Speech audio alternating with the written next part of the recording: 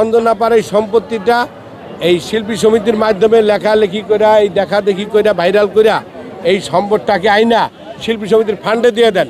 শিল্পী সমিতির অনেক শিল্পী আছে যে কাজ নাই, কর্ম নাই, দুস্থ, না খেয়ে মরতেছে। এইখানে টাকাটা ফিক্সড করে রাখলো, ইন্টারেস্টে যে টাকাটা আসবে তাতে ওই আমতলা যে আমাদের জুনিয়র শিল্পীগুলা বা সহকর্মী শিল্পীগুলা যাদেরকে আমরা বিভিন্ন গার্মেন্টসের কাজে লাগাই, মাজারের গানে লাগাই এবং পার্শ্ব চরিত্র যেটা কাজের বুয়া, এরকম তাদের অন্তত দিনকাল ভালো যাবে। এবং আমার জানা মতে তারাই একমাত্র অঞ্জনাপার জন্য হাত তুলে দোয়া করবে। সাজ্জাদ মনি, আমার কাছে একটা ভিডিও আছে, সেখানে তার দুইটা বাড়ি আছে, একটা বাড়ি মাতুয়াইল, একটা বাড়ি ঢাকার উত্তরা দক্ষিণ কানে, আর তার নিজের নামে একটা ফ্ল্যাট আছে বুকিং দেওয়া, যদিও ক্রয় করে না।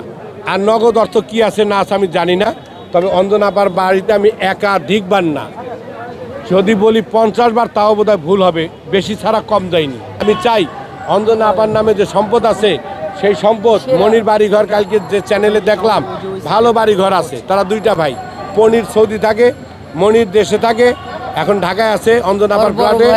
আর ওর আরেকটা বড় ভাইয়ের কথা শুনছি কিন্তু শিওর না, ওর দুইটা বোন, একটা বোন ঢাকায় বিয়ে হয়েছে ভালো জায়গায়, মাটা মারা গেছে 2 বছর, বাবাটা এখনও নরসিংদীর 5 জনা আছে। আপনারা চাইলে অঞ্জনাপার এই সম্পত্তিটা এই শিল্পী সমিতির মাধ্যমে লেখালেখি করে এই দেখাদেখি করে ভাইরাল করে এই সম্পদটাকে আইনা শিল্পী সমিতির ফান্ডে দিয়ে দেন। শিল্পী সমিতির অনেক শিল্পী আছে যে কাজ নাই, কর্ম নাই, দুস্থ, না খেয়ে মরতেছে। এইখানে টাকাটা ফিক্সড করে রাখলো, ইন্টারেস্টে যে টাকাটা আসবে তাতে ওই আমতলা যে আমাদের জুনিয়র শিল্পীগুলা বা সহকর্মী শিল্পীগুলা যাদেরকে আমরা বিভিন্ন গার্মেন্টসের কাজে লাগাই, মাজারের গানে লাগাই এবং পার্শ্ব চরিত্র যেটা কাজের বুয়া, এরকম তাদের অন্তত দিনকাল ভালো যাবে। এবং আমার জানা মতে তারাই একমাত্র অঞ্জনাপার জন্য হাত তুলে দোয়া করবে। কিন্তু এই মনি কোনো দিন দোয়া করবে না, আমি স্পষ্ট ভাষায় লিখলাম। একটা ওয়ার্ড ব্যবহার করে, সেটা হলো এখন এটা নাই বলি। আরে এখন না বলে কখন বলবা? আরেকটু কোট করি, আমি আসলে কাউকে ওইভাবে এখানে বলতে চাই না। আমাদের শ্রদ্ধেয় নায়ক আলমগীর সাহেব, উনি বাংলার চিরসবুজ, উনি একাধারে প্রযোজক, পরিচালক। উনি এই মনিকে আমাকে বলছিল, বিপ্লব এই মনিটা ওর একটু ডাকো। তখন আমি নৃত্য পরিচালক সমিতির সহসভাপতি সাবেক এবং 2 বাংলার নৃত্য পরিচালক সমিতি সাইবুল ভাই, সবাই চিনেন, সাইবুল ভাইয়ের মাধ্যমে এই মনিকে ডাকায় নিলাম আমাদের প্রযোজক সমিতির রিটার্নিং রুমে ভিতরে।